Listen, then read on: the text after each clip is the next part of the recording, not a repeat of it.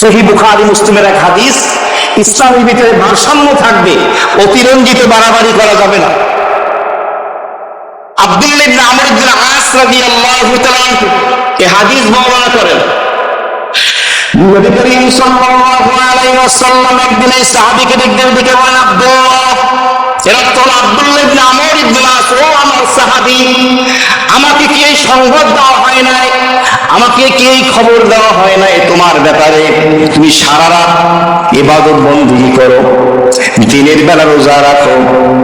নবীজি এই সংবাদ পেয়ে সাহাবীকে বলে, আব্দুল্লাহ, আমি কি এই খবর পাই নাই সারা রাত ইবাদত করো আর দিনের বেলা রোজা রাখো? সাহাবী বললেন, ইয়া রাসূলুল্লাহ, জি হ্যাঁ, আমি সারা রাত ইবাদত করি, দিনের বেলা রোজা রাখি। নবীজি বললেন, শোনো, তুমি রাতের বেলা কিছু সময় ইবাদত করবে, কিছু সময় আবার বিশ্রাম নেবা, একটু ঘুমিয়ে নিও। রোজা মাঝে মাঝে রাখবে, মাঝে মাঝে ছেড়ে দিবে। এটা কি ফরজ রোজা না নফল রোজা? নফল রোজা। ফরজ রোজা ছাড়া তো কি নাই শুধু। এবং তুমি কোরআনে কারিমের এভাবে খতম যদি দিতে চাও, তাহলে তুমি মাসে একবার খতম দিবে, ব্যালেন্স দিবে। সাহাবী এ কথা শোনার পরে বললেন, ইয়া রাসূলুল্লাহ, আমার তো এর থেকে আরো ক্ষমতা বেশি। নবীজি এর মাঝখানে বললেন, শোনো, ফাইন্না লিজাসাদিকা আলাইকা হাক্কান, তোমার উপরে তোমার দেহের হক আছে। ওয়া ইন্না লিআইনিকা আলাইকা হাক্কান, তোমার উপরে তোমার চোখের হক আছে। ওয়া ইন্না লিজাওজিকা আলাইকা হাক্কান, তোমার উপরে তোমার স্ত্রীর বিবির হক আছে।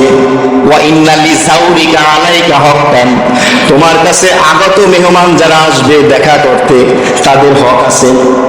তুমি যদি রাতের বেলা খালি ইবাদতই করো, স্ত্রীর হক আদায় হবে, দেহের হক আদায় হবে, বিশ্রাম হবে, চোখ ঘুমাইতে চায়, হক আদায় হবে। দিনের বেলা রোজা রাখো, মাঝে মাঝে ছেড়েও দিও, কারণ তোমার দেহের হক আছে, তোমার কাছে মেহমান আসবে। নবীজি হাদিসের মাধ্যমে ভারসাম্য বজায় রাখেন। সাহাবী বললেন, ইয়া রাসূলুল্লাহ, আমি তো এর থেকে আরো বেশি পারি রাখতে। নবীজি তার উত্তরে বললেন, শোনো, তোমাকে যদি এত রোজা রাখতেই হয়, ইবাদত করতেই হয়, তাহলে শোনো, তুমি সওমে দাউদ পালন করো। দাউদ আলাইহিস সালামের রোজা, একদিন রোজা রাখবা, একদিন ছাড়বা, একদিন রাখবা, একদিন ছাড়বা, এটার নাম সওমে দাউদ। আর তুমি প্রতি সপ্তাহে একবার কোরআনে কারিমের খতম দেবে, এর কমে না, তা না হলে হক আদায় হবে না, এর বেশি তুমি করবে না।